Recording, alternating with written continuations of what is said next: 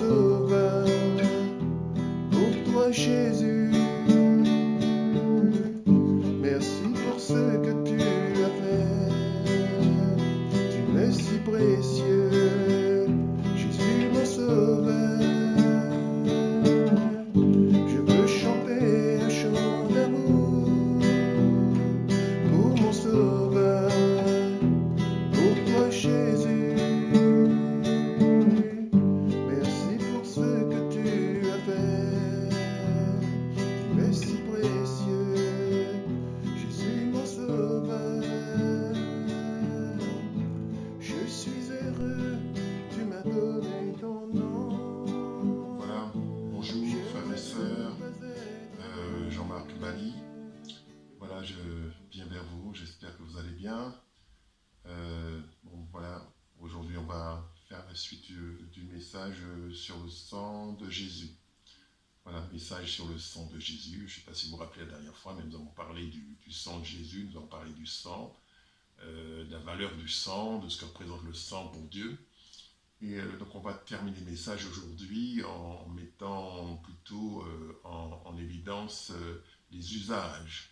Comment utiliser, comment mettre le sang de Jésus, comment l'appliquer, comment faire qu'il soit efficace dans notre vie. Amen. Voilà. Donc on va continuer donc notre message et commencer par une prière. Père, je te rends grâce. Je te remercie, Seigneur, pour ce temps que tu me donnes, de répandre ta parole, de parler de ton sang précieux, qui est utile et indispensable à notre vie et pour être appelé enfant de Dieu. Je te rends grâce, Seigneur, pour toutes les personnes qui entendent cette vidéo et que ce message puisse les toucher les cœurs, et que ce message apporte une lumière nouvelle sur ce que c'est que le sang de Jésus, et la manière dont on doit le mettre en œuvre. Je te bénis, Père, dans le nom tout-puissant de Jésus-Christ de Nazareth. Amen. Voilà, donc aujourd'hui on va parler du sang, mettre en usage le sang de Jésus-Christ. Amen. Voilà, alors mettre en usage le sang d'une façon générale, en fait, cela signifie asperger le sang. Il ne suffit pas que le sang soit versé. Nous avons vu la dernière fois que le sang versé était une action qui engendrait qu'un autre sang soit versé, c'est-à-dire que dans la loi de Dieu, le sang, celui qui verse le sang, son sang doit être versé. Voilà. Et ça, c'est une loi. Et donc, aujourd'hui, nous allons voir tout ce qu'il faut faire pour justement éviter que le sang qui a été versé n'ait de conséquences dans notre vie quand on est en Jésus-Christ. On va prendre plusieurs passages. On va commencer par le livre de l'Exode. Le livre de l'Exode, je vais lire Exode chapitre 12 à partir du verset 7. Donc je n'ai pas tout mis dans le verset, vous allez voir apparaître un petit peu ce qu'il y a à retenir d'essentiel dans ces versets. Alors Exode chapitre 12 à partir du verset 7. On prendra de son sang, on en mettra sur les 2 poteaux et sur le linteau de la porte des maisons où on le mangera. Cette nuit-là, je passerai dans le pays d'Égypte et je frapperai tous les premiers-nés du pays d'Égypte, depuis les hommes jusqu'aux animaux. Et j'exercerai des jugements contre tous les dieux de l'Égypte. Je suis l'Éternel. Le sang vous servira de signe sur les maisons où vous serez.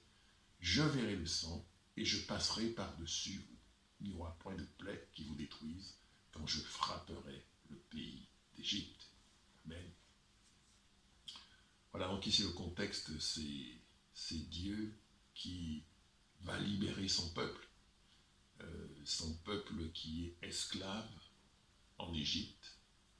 Et Dieu a beau envoyer Moïse pour dire à Pharaon, libère mon peuple, laisse partir mon peuple, Pharaon refuse, malgré les plaies qui frappent l'Égypte, des plaies envoyées par Dieu, par l'intermédiaire de Moïse. Pharaon refuse obstinément de laisser partir les enfants de Dieu, Israël.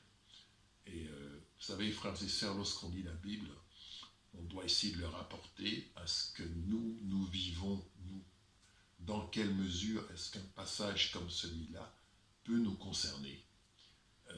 Il arrive que nous soyons dans des prisons spirituelles, c'est-à-dire des limitations qui sont dans notre vie, des limitations fixées par un certain nombre de personnes qui ont fait des alliances avec les forces des ténèbres et qui ont abouti à prononcer un certain nombre de limitations dans notre vie, un certain nombre de situations que nous ne devons pas dépasser. Je pense que beaucoup de gens sont enfermés, sont dans des prisons spirituelles et n'arrivent pas à avancer, c'est-à-dire dépasser un certain niveau dans leur vie. D'accord ? C'est parce que il y a des limites qui leur sont imposées et évidemment, dans la mesure où vous n'avez pas la compréhension des choses spirituelles, inutile de vous dire que vous ne sortirez jamais de là, puisque ce ne sont pas des choses physiques ou matérielles, ce n'est pas en travaillant plus, ce n'est pas en faisant plus d'efforts, ce n'est pas en étant plus acharné au travail qu'on se libère de ce genre de prison. On se libère de ce genre de prison en mettant en œuvre la force, la puissance de Dieu. Donc, pour libérer les enfants d'Israël, il n'a pas suffi de dire à Pharaon. Il a fallu aussi que la puissance de Dieu se manifeste et que Pharaon soit contraint et forcé de laisser partir les enfants de Dieu. Sinon, c'est la mort de l'Égypte. Et là, on assiste à la dernière plaie. Vous connaissez l'histoire, il y a eu plusieurs plaies, donc plusieurs frappes de Dieu sur l'Égypte pour faire comprendre à Pharaon qu'il fallait laisser partir les enfants de Dieu. Mais il a toujours refusé. Et là, vraiment, c'est la dernière, ou plutôt la plus forte des frappes. Et Pharaon, dans son opposition à Dieu, va vouloir, comme qui dirait, donner une leçon à Dieu en promulguant un décret pour tuer tous les premiers-nés mâles d'Israël. Et là, Dieu va dire, mais puisque c'est ce que tu veux faire, ce sont les premiers-nés d'Égypte qui vont mourir. Depuis le premier-né du bétail jusqu'au premier-né de Pharaon. On parle des premiers-nés. Parce que la parole dit que les premiers-nés sont consacrés à l'Éternel. Et là, une fois que la sentence est prononcée, le Seigneur va décider d'envoyer un ange exterminateur pour exécuter la sentence. Où intervient le sang dans cette affaire-là, justement, comme il est dit, le sang sert de signe. Le sang sert de signe, c'est-à-dire au milieu des Égyptiens se trouvent les enfants de Dieu. Il va falloir un signe distinctif pour reconnaître ceux qui sont de Dieu et ceux qui ne sont pas de Dieu. Et pour reconnaître ceux qui sont de Dieu, bien, c'est la présence du sang sur les linteaux, le linteau est sur les poteaux des portes, qui est le signe.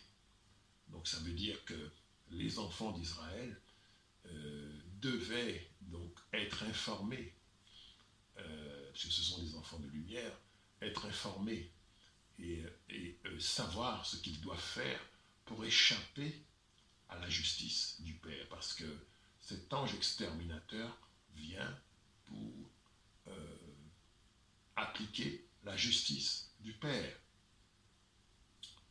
Et donc, ils vont tous se préparer et faire ce que Moïse a dit, c'est-à-dire prendre un agneau,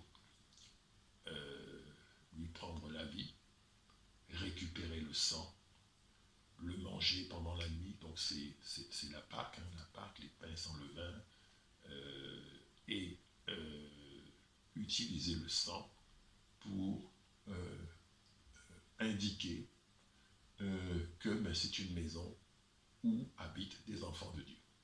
Voilà. Et l'ange exterminateur, évidemment, lorsqu'il voit le sang, ça lui sert de signe. Et qu'est-ce qu'il fait? Il passe au-dessus de la maison. Donc la maison ne subit pas ce jugement. Vous voyez, c'est quelque chose de très important. Nous, de même, nous devons avoir dans notre vie ce sang, le sang de Christ. Ce sang de Christ, qui est le sang versé pour nous, doit nous faire échapper à la justice du Père. C'est-à-dire que là où ça se passe pour les autres, ceux qui ne sont pas chrétiens, qui subissent de plein fouet la justice du Père, pour nous, chrétiens, nous devons échapper à cette justice parce que nous avons le sang de Jésus. Vous voyez? Donc ça, c'est une étape très très importante. Et il faut que Dieu aille jusqu'à ce point-là, pour que son nom soit craint et respecté. Quand on lit le passage vers la fin, les Hébreux vont partir, ils vont prendre du butin, et ils vont partir, ils vont dépouiller l'Égypte de tout un tas d'objets précieux et partir avec. Et les Égyptiens sont même contents qu'ils s'en aillent parce qu'ils comprennent effectivement que c'est Dieu qui a posé cet acte et que effectivement ils ont subi cela à cause de leur résistance, ou plutôt de la résistance du pharaon. Ouais. Donc le sang doit être appliqué. Le sang qui reste dans la bassine, ça ne suffit pas. Il faut en plus l'appliquer. Donc ça, c'est un principe que Dieu va apprendre. Il va plus tard l'appliquer avec Christ. D'accord? Voilà. Alors pour parler du sang encore, on peut prendre un autre passage. Le sang par rapport au péché. Comme vous le savez, en tant que descendants d'Adam, nous héritons du péché d'Adam. Nous héritons du péché d'Adam. C'est-à-dire qu'un enfant, un bébé qui vient de naître, n'a rien à faire pour être pécheur. Il naît pécheur parce qu'il hérite du péché d'Adam. Ouais. Et dans la mesure où il hérite du péché d'Adam, il est pécheur. Il est pécheur, donc mortel, voué à la mort. D'accord? C'est pour ça que Christ devait venir. Et ça montre l'importance de Christ. Donc, il naît de ses parents, mais il est déjà pécheur. Il naît dans le péché. Donc, ça veut dire qu'il naît sous la colère de Dieu. On peut regarder le passage Romains, chapitre 3, verset 23, qui dit « Car tous sont péchés et sont privés de la gloire de Dieu. » Tous sont péchés et sont privés. Donc, nous naissons privés de la gloire de Dieu. D'accord? Nous naissons sous la colère de Dieu. C'est ainsi, donc, un homme ou une femme peut passer toute sa vie sous la colère de Dieu. Il peut passer toute sa vie sans savoir qu'il est sous la colère de Dieu, qu'elle est sous la colère de Dieu.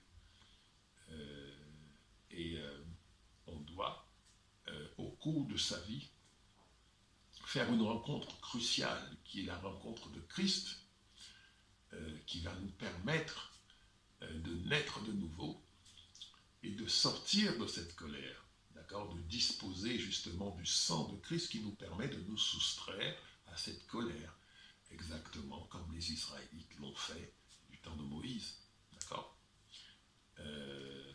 Et quand on est sous la colère de Dieu, pour sortir de cette colère, eh bien, il faut qu'une réconciliation prenne place. Et c'est Dieu qui va prendre l'initiative de la réconciliation, parce que c'est Dieu qui fait tout ça. C'est Dieu qui veut qui veut remettre les hommes dans le plan initial. C'est pour ça qu'il a créé le plan du salut, c'est-à-dire pour que les hommes puissent retrouver la place qu'ils avaient auprès de lui dans la gloire. Rappelez-vous, dans le jardin, Adam marchait avec Dieu. Donc, il n'était pas privé de la gloire de Dieu. D'accord ? Il va être privé de la gloire de Dieu à partir du moment où il va accepter le péché. Et donc, une fois qu'il a péché, eh bien, il va être chassé du paradis. Et donc, nous naissons tous en dehors du paradis. Voilà. Donc, Adam, en péchant, nous a tous maudits. Ouais. C'est comme ça que ça fonctionne. Hein. Nous héritons. Donc par héritage, nous pouvons avoir des choses qui font que nous sommes sous la colère de Dieu. Donc, après avoir accepté Christ, nous accédons à un autre statut. Nous sommes réconciliés avec le Père à cause du sang de Christ. On n'est pas réconcilié avec le Père parce qu'on agit bien. On n'est pas réconcilié avec le Père parce qu'on parle bien. On n'est pas réconcilié avec le Père parce qu'on a toujours été une bonne personne dans sa vie. On n'est pas réconcilié avec le Père parce que, je ne sais pas, on a quelques bonnes œuvres à présenter. On est réconcilié avec le Père. La seule chose qui est à la hauteur pour permettre cette réconciliation, c'est que le sang de Jésus soit versé. Et qu'il soit versé à notre crédit. Donc le sang de Jésus est déjà versé, mais pour qu'il soit versé à notre crédit, il faut que nous acceptions Jésus-Christ comme Sauveur et Seigneur. D'accord ? Donc j'ai un mot à dire pour accepter Jésus-Christ comme Sauveur et Seigneur. D'accord ? Il y a un verset qui parle de la réconciliation. Dans Colossiens chapitre 1, verset 20, il est écrit « Il a voulu, par lui, réconcilier tout avec lui-même, tant ce qui est sur la terre que ce qui est dans les cieux, en faisant la paix par lui, par le sang de sa croix. » Donc le Père doit réconcilier, mais comme vous lisez dans ce passage, il ne réconcilie pas seulement, il ne se réconcilie pas seulement avec l'homme. Il réconcilie tant ce qui est sur la terre que ce qui est dans les cieux. Donc le péché de l'homme affecte aussi son environnement. Le péché de l'homme n'affecte pas que la vie de l'homme, l'homme va mourir, mais le péché de l'homme affecte l'environnement. Donc le Père, non seulement faut qu'il se réconcilie avec les hommes, mais il est dit qu'il faut qu'il se réconcilie avec tout ce qui est sur la terre et tout ce qui est dans les cieux. Vous voyez ? Par le sang de sa croix. Donc le sang est indispensable pour que la réconciliation prenne place. Vous voyez ? Et donc la réconciliation prend place lorsqu'on a accepté le Seigneur Jésus-Christ comme Sauveur, comme Seigneur. Et là, c'est une nouvelle vie qui commence. On accepte le baptême, d'accord ? Le baptême par immersion, le baptême biblique. Et ensuite, on devient enfant de Dieu. C'est-à-dire qu'on sort de la colère et on est réconcilié avec Dieu. Donc on est enfant de Dieu. On est sauvé. On est sauvé dans la mesure où on marche avec le Seigneur toute notre vie.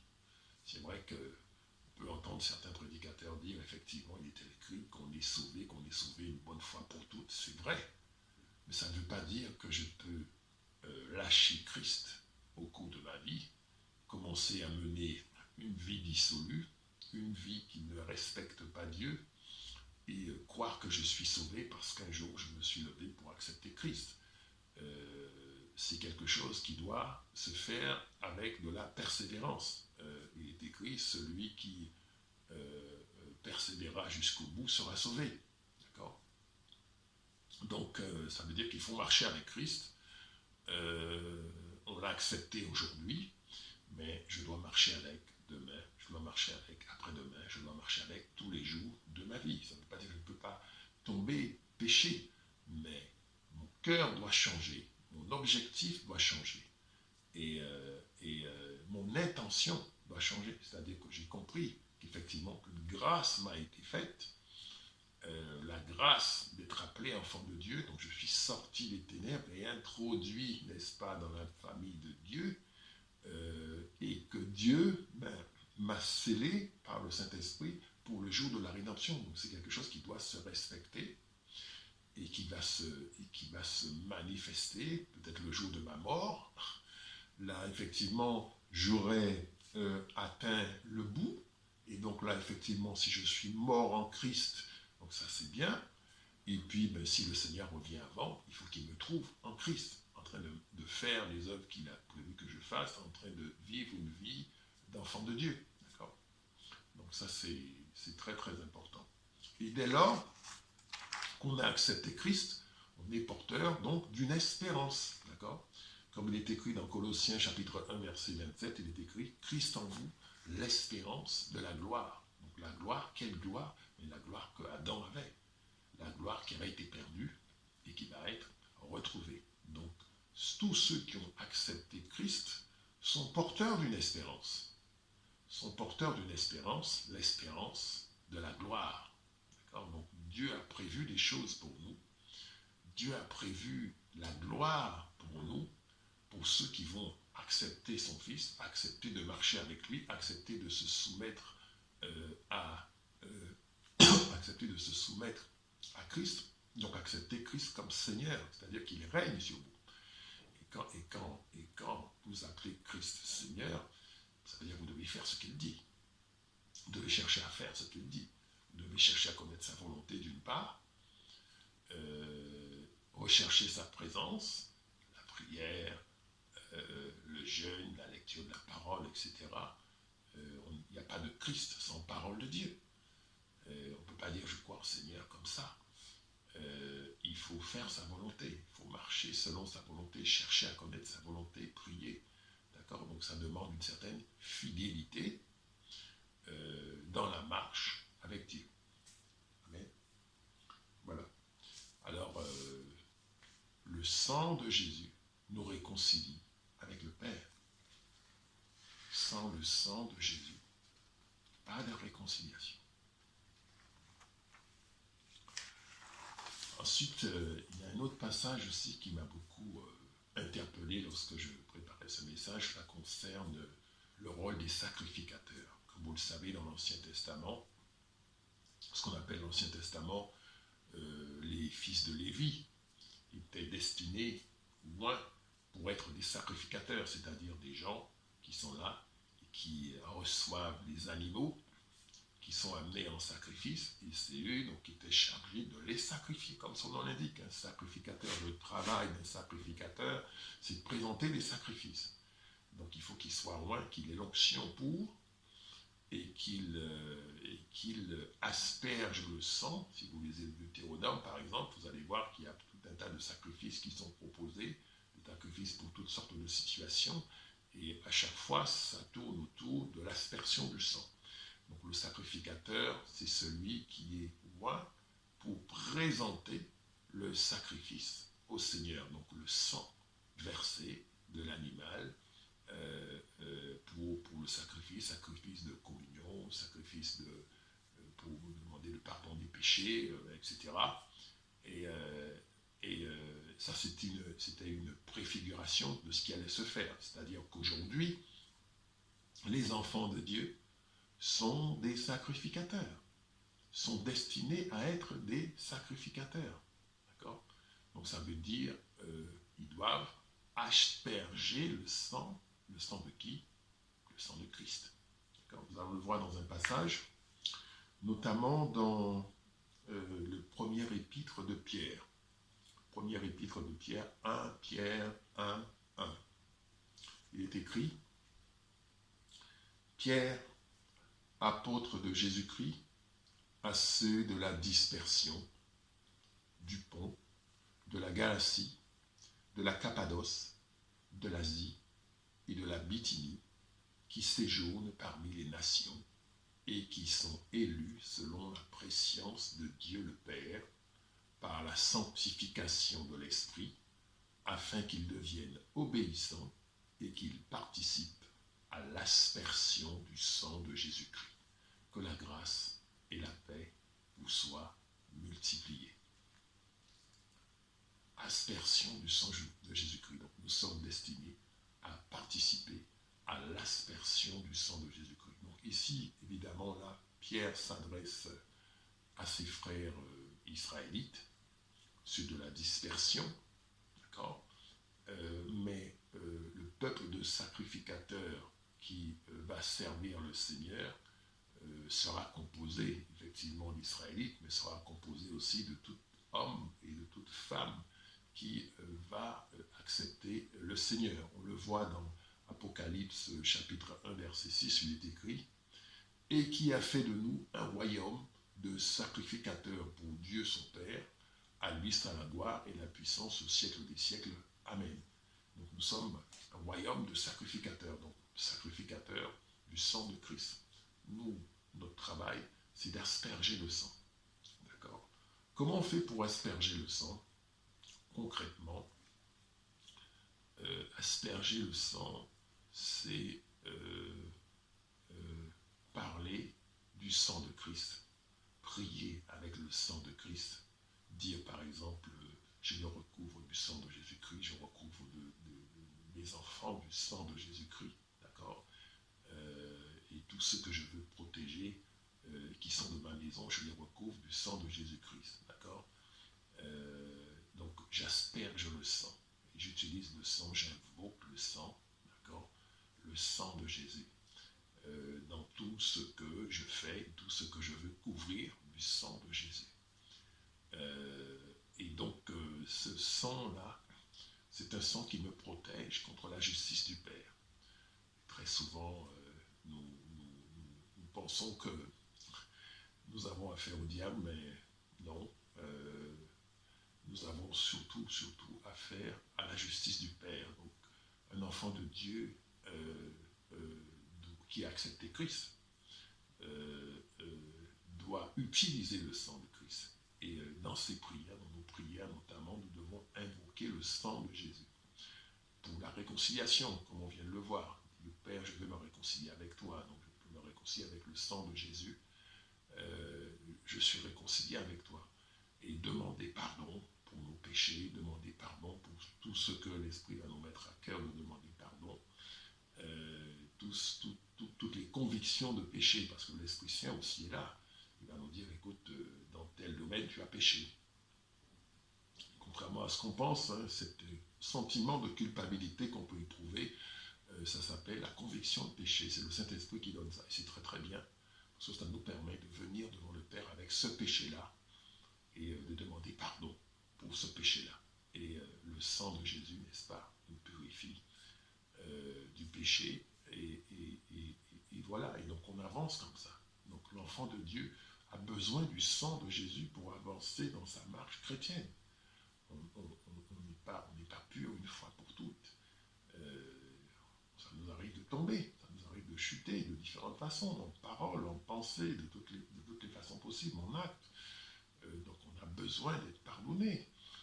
Et donc c'est un apprentissage. J'apprends à marcher avec Dieu.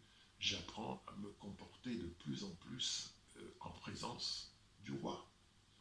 Et pour que j'apprenne cela, ça va demander un petit peu de temps. Ça va me demander de marcher, ça va demander de faire des corrections, ça va me demander de la persévérance, ça va me demander d'aimer le Seigneur, de m'attacher au Seigneur.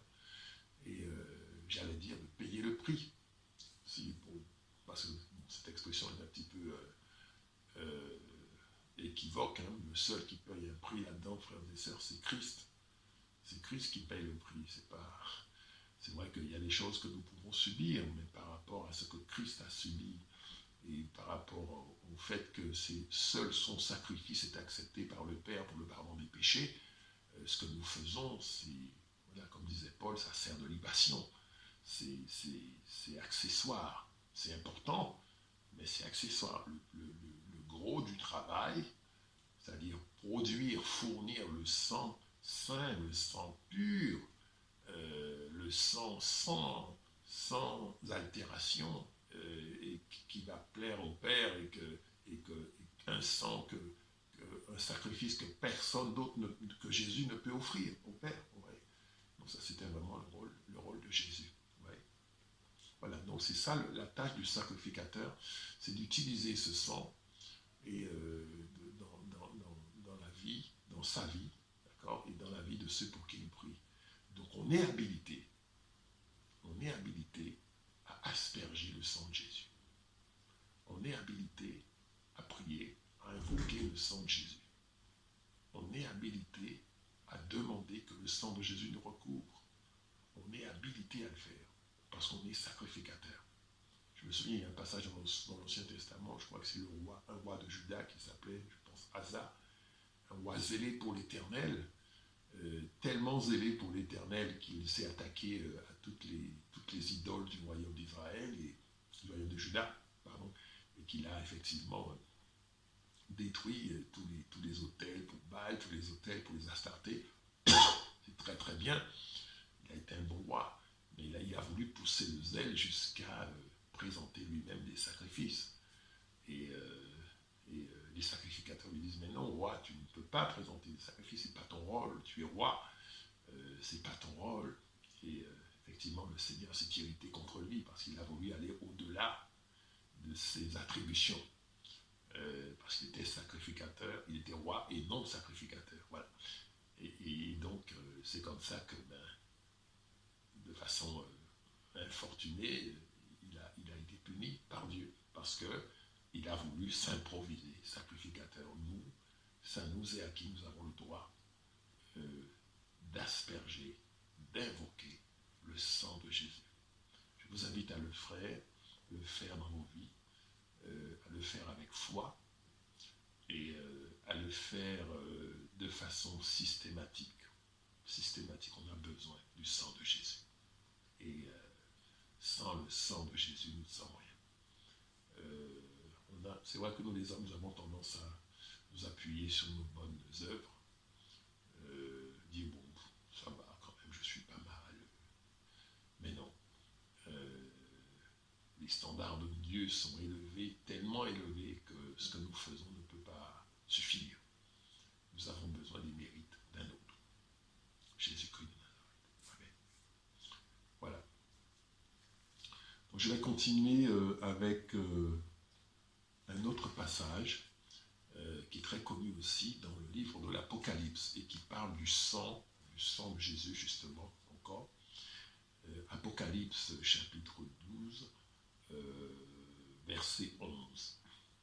Il est écrit, « Ils l'ont vaincu à cause du sang de l'agneau et à cause de la parole de leur témoignage, et ils n'ont pas aimé leur vie jusqu'à craindre la mort. »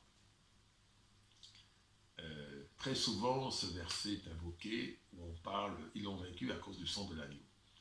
Mais il y a d'autres parties dans ce verset. En fait, ici, il s'agit de vaincre le diable. Jésus devait vaincre pour nous libérer. D'accord ? Jésus va dire, j'ai vaincu le monde.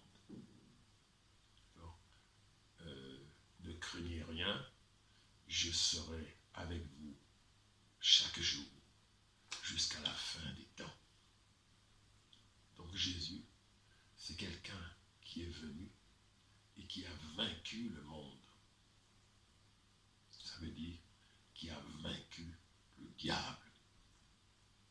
Ce qu'il a fait. Et il fallait qu'il le fasse. D'accord ?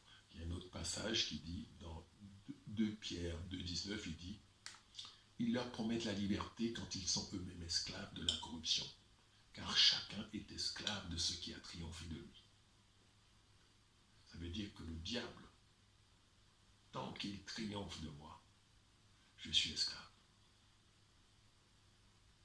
Donc il y a des domaines où je n'arrive pas à arrêter de pécher dans ma vie, bien que enfant de Dieu, ça veut dire que dans ces domaines-là, il a triomphé de moi. Je ne sais pas ma volonté de pécher. Si je suis enfant de Dieu, je vais chercher à éviter de pécher. Mais je m'aperçois qu'il y a des domaines dans ma vie où je suis esclave. Et je ne peux pas vaincre. Pour toutes sortes de raisons, je ne peux pas vaincre, c'est-à-dire empêcher que ce péché n'existe dans ma vie. Pour pouvoir me purifier de ça, il faut absolument que dans ce domaine-là, j'arrive à vaincre le diable. Il faut absolument que dans ce domaine où je pêche, où le péché subsiste, que j'arrive à vaincre le diable. D'accord. Je vais relire le passage d'Apocalypse 12. Il dit, ils l'ont vaincu à cause du sang de l'agneau et à cause de la parole de leur témoignage. Et ils n'ont pas aimé leur vie jusqu'à craindre la mort. Le sang de l'agneau, ça c'est la part de Jésus. Déjà fait. Jésus va dire, tout est accompli. Il a déjà fait. Qu'est-ce qu'il nous reste à faire, nous? C'est les deux autres conditions. Témoignage, comme je l'ai dit tout à l'heure, parler du sang de Jésus, parler de Jésus, ne pas avoir honte de Jésus. Pas harceler les gens avec Jésus, mais il faut que les gens sachent que vous êtes chrétien. Ne pas cacher le fait que vous êtes chrétien parce que vous voulez éviter des persécutions. Accepter de se dire chrétien, quel que soit ce que ça me coûte. La parole dit, Jésus dit, celui qui se déclare pour moi devant les hommes, moi je me déclarerai pour lui devant mon Père. Donc si je veux que Jésus parle pour moi devant le Père, il faut que moi aussi, je ne le renie pas devant les hommes. Il ne faut pas que je fasse comme Pierre et que je dise, je ne le connais pas. Si je fais comme Pierre et que je dis que je ne le connais pas, je le renie devant les hommes. Et Jésus, il est véridique. Donc si je le renie devant les hommes, il va me renier devant le Père. Est-ce que, en tant que chrétien, je peux me dire que je n'ai pas besoin d'un avocat comme Jésus devant le Père? Non, je ne pense pas que je puisse dire ça. On a besoin de Jésus comme avocat devant le Père, qui va parler pour nous et éviter justement que la justice du Père ne s'abatte sur nous. Oui. Donc, c'est comme ça qu'on asperge le sang, en parlant de Jésus. D'accord? Donc, il faut parler de Jésus, il faut laisser savoir qu'on est le Christ. Troisième condition, il dit, ils n'ont pas aimé leur vie jusqu'à craindre la mort. Troisième condition, ça c'est les persécutions, ou plutôt les menaces d'intimidation qu'on peut vous faire. Il y a des hommes de Dieu qui finissent en martyrs. Ce n'est pas destiné à tous les hommes de Dieu. Je pense que le Seigneur sait quels sont les hommes qu'il va vouloir pousser jusqu'au martyr. Et que ce soit sa volonté que ces hommes-là, comme il a été tué, soient tués également pour la gloire de Dieu. Les apôtres ont pratiquement tous fini comme ça. D'accord? Pierre, il a fini crucifié à l'envers, par exemple. Et puis je pense qu'il y a bien d'autres hommes de Dieu qui sont destinés à finir en martyr. Nous, effectivement, ça peut nous arriver d'être intimidés. Les forces du mal qui cherchent à arrêter un homme de Dieu, qui cherchent à s'opposer à son ascension spirituelle, ou au fait qu'ils servent le Seigneur, c'est-à-dire qu'ils ne détruisent les œuvres du diable, car un homme de Dieu détruit les œuvres du diable. Si c'est un homme de Dieu authentique, quand il prie, ça a un impact dans le spirituel, il détruit les œuvres du diable. Et donc le diable n'est pas content de ça. Le diable peut réagir par de l'intimidation, des menaces, d'accord, et dire si tu continues, je vais te tuer. Ouais. Et là, la parole dit que ceux convaincus Satan n'ont pas craint pour leur vie. N'ont pas craint pour leur vie. Ça veut dire qu'ils n'ont pas cherché à se protéger. Ils n'ont pas cherché à éviter le pire. D'accord ?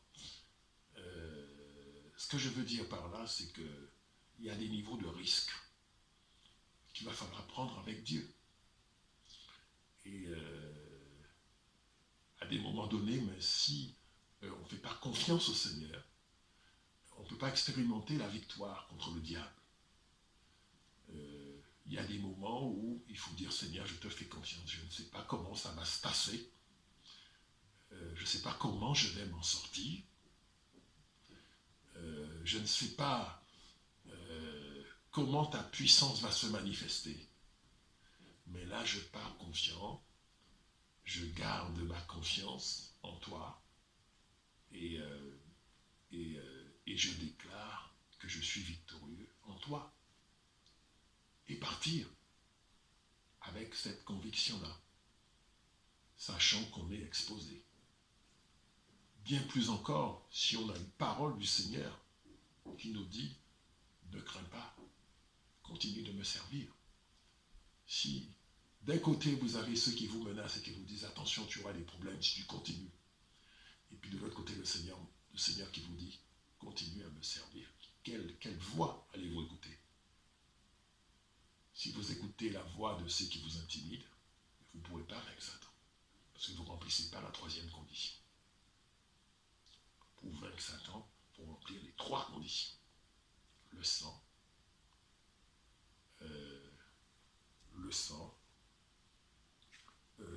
la parole, le témoignage, et ne pas craindre. Ouais, trois choses. Voilà, c'est très très très très important. Donc, c'est un sujet très brûlant, surtout dans ces temps de la fin, où les chrétiens sont très... on essaye de les égarer, et ceux qui sont fidèles à la parole seront persécutés, d'une façon ou d'une autre. Et donc c'est nécessaire d'avoir ces notions-là bien en tête, pas seulement en tête, mais dans le cœur, et se dire, Seigneur, j'ai confiance en toi. C'est en toi que j'ai mis ma confiance. Tu es capable. Il n'y a pas de situation qui soit au-dessus de ce que Dieu peut faire. La parole dit au-delà de ce que vous pouvez même penser ou imaginer. Pensez donc, le Père, par le Saint-Esprit, a ressuscité Jésus. Jésus mort, couché dans un tombeau. Un homme qui a reçu des coups, tellement de coups, qui n'avait plus l'apparence, l'aspect d'un homme. Dégoulinant de sang, à bout de souffle, comme une bête ensanglantée, moquée, abandonnée, déshonorée.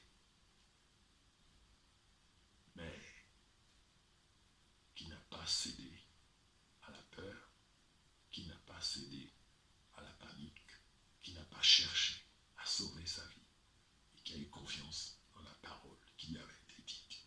Il est allé au bout. Et le Père l'a ressuscité. C'est la même puissance. Dieu dispose d'une puissance qu'il met à notre disposition. Mais pour que cette puissance se manifeste, il faut que nous ayons la foi. Il faut que nous ayons confiance en Dieu. Voilà. Donc la victoire contre le mal possible, contre le diable est possible. Elle se fait par la foi, par la confiance et en respectant ce que Dieu a dit dans sa parole, parce que Dieu est fidèle à sa parole. Il va veiller à ce que sa parole s'accomplisse. C'est la raison pour laquelle il faut connaître la parole de Dieu. Donc, ce verset, Apocalypse chapitre 12, verset 11, est très important dans le combat spirituel. Très, très important. Pour rester toujours dans ce que Dieu a dit. Et si nous restons dans ce que Dieu a dit, il va le faire. Voilà. Ce n'est pas du raisonnement, ce n'est pas du bon sens. C'est de la conformité à ce que Dieu dit. Donc c'est collé à ce que Dieu a dit, à sa volonté. Amen. Voilà. Deux derniers versets par rapport à ce que fait le sang de Jésus. On parle de la purification. Purification par le sang de Jésus. Je vais lire, c'est dans 1 Jean 1,7. Il dit, mais si nous marchons dans la lumière, comme il est lui-même dans la lumière, nous sommes mutuellement en communion, et le sang de Jésus, son Fils, nous purifie de tout péché. Voilà. Passage très connu aussi. Si nous marchons dans la lumière, donc si, vous voyez dans le verset, il y a si, c'est une condition. Donc, pour être purifié par le sang de Jésus, il faut marcher dans la lumière exactement comme le Père est dans la lumière. C'est ça que ça veut dire ce verset. Pour que le sang de Jésus nous purifie, je dois marcher dans la lumière exactement comme le Père est dans la lumière. Et je me retrouve donc en communion avec le Père, puisque je suis dans la lumière et le Père est dans la lumière. Donc nous sommes en communion. Et quand nous sommes en communion, qu'est-ce qui se déclenche? Eh bien, le sang de Jésus me purifie de tout péché. Donc le rôle du sang de Jésus, c'est de me purifier du péché, c'est-à-dire des effets du péché dans ma vie. De purifier, ôter le péché. L'agneau de Dieu qui ôte le péché du monde. Comprenez? L'agneau de Dieu qui enlève le péché du monde. Donc, ôter mon péché. Donc, il y a des conditions pour que ça se fasse. Pour qu'il enlève mon péché, il faut absolument que je sois dans la lumière. Quand je suis dans la lumière, comme le Père est dans la lumière, je me retrouve en communion avec le Père. Et comme je suis en communion avec le Père, le sang de Jésus déclenche la purification dans ma vie. Mon péché est enlevé, ôté. Je suis purifié. Donc c'est un processus de purification. J'ai besoin d'être purifié. Mes pensées ont besoin d'être purifiées. Ma mémoire a besoin d'être purifiée. Mes paroles ont besoin d'être purifiées. Mes actes ont besoin d'être purifiés. Mes intentions ont besoin d'être purifiées. D'accord? On a besoin de ça avant de servir le Seigneur. Le Seigneur, parce qu'une fois qu'on a accepté le Seigneur et qu'on est enfant de Dieu, il y a la deuxième phase, c'est comment on va servir le Seigneur. D'accord? Alors comment je fais pour être dans la lumière? Pour être dans la lumière, je vais m'appuyer sur un verset. Je n'invente rien. Je regarde dans la Bible ce que Dieu dit. On n'invente rien. Jean chapitre 8, verset 12. Je lis. Jésus leur parla de nouveau et dit, je suis la lumière du monde. Celui qui me suit ne marchera pas dans les ténèbres, mais il aura la lumière de la vie. Je suis la lumière du monde. Celui qui me suit ne marchera pas dans les ténèbres, mais il aura la lumière de la vie. Donc qu'est-ce qu'il faut faire pour être dans la lumière? Il faut suivre Jésus. Il faut suivre Jésus. Il faut faut suivre Jésus pour être dans la lumière. Amen. Suivre Jésus, ça veut dire qu'il faut que j'entende de lui. Il faut que je sois fidèle. Il faut que ce que j'entends, ce qu'il me demande de faire, que je le fasse. Que je sois disposé à le servir et à marcher dans la direction qu'il me donne. Suivre Jésus. Et quand je fais ça, je me retrouve dans la lumière. Tant que je suis Jésus, je suis dans la lumière. Tant que je suis Jésus, du verbe suivre, je suis dans la lumière. D'accord? Et quand je suis dans la lumière, eh bien je me retrouve en communion avec le Père qui, lui, est dans la lumière. Et quand je suis en communion avec le Père, qu'est-ce qui se déclenche? C'est la purification.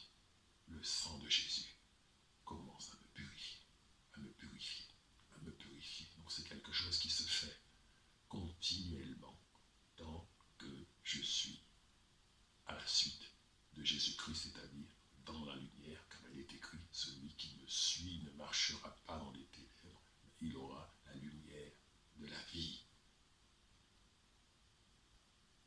C'est simple. La parole de Dieu, il faut la comprendre. Une fois qu'on l'a comprise, il faut l'appliquer. Si je fais ma part, je fais ce que Dieu a dit.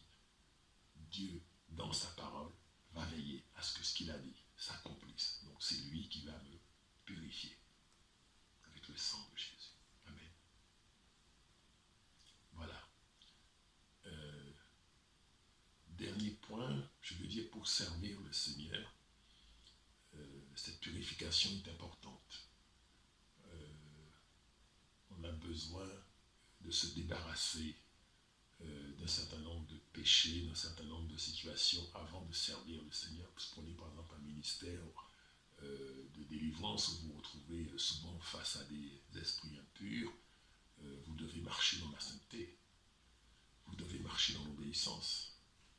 Il ne faut pas que vous soyez dans une situation où vous êtes dans le péché, où vous tombez facilement dans le péché. Il faut être suffisamment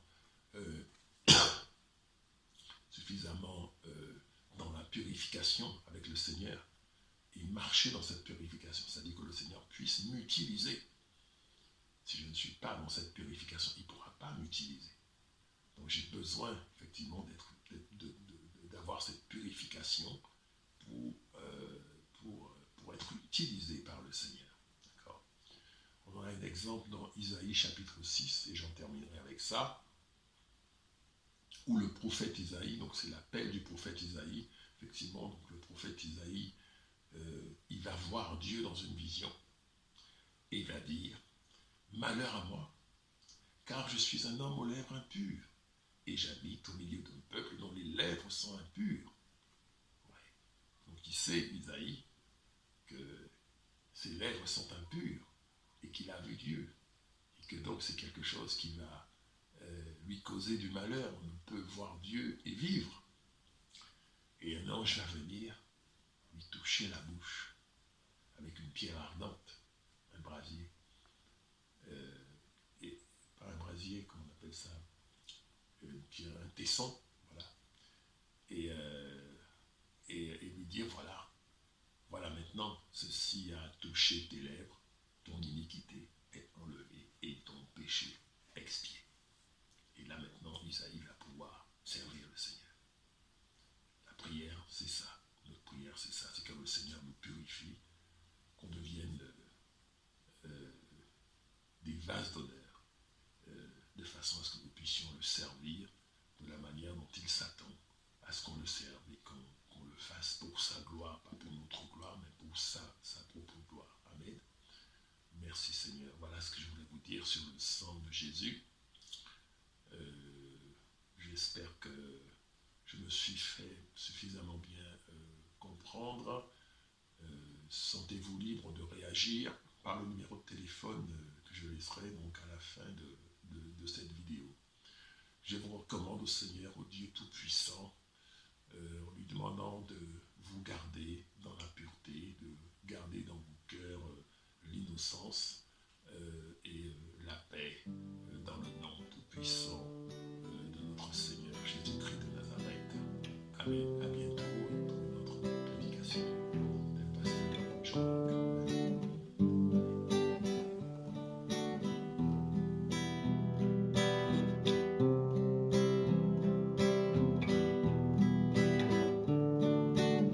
Je veux chanter un chant d'amour pour mon Sauveur, pour toi Jésus. Merci pour ce que tu as fait, tu es si précieux.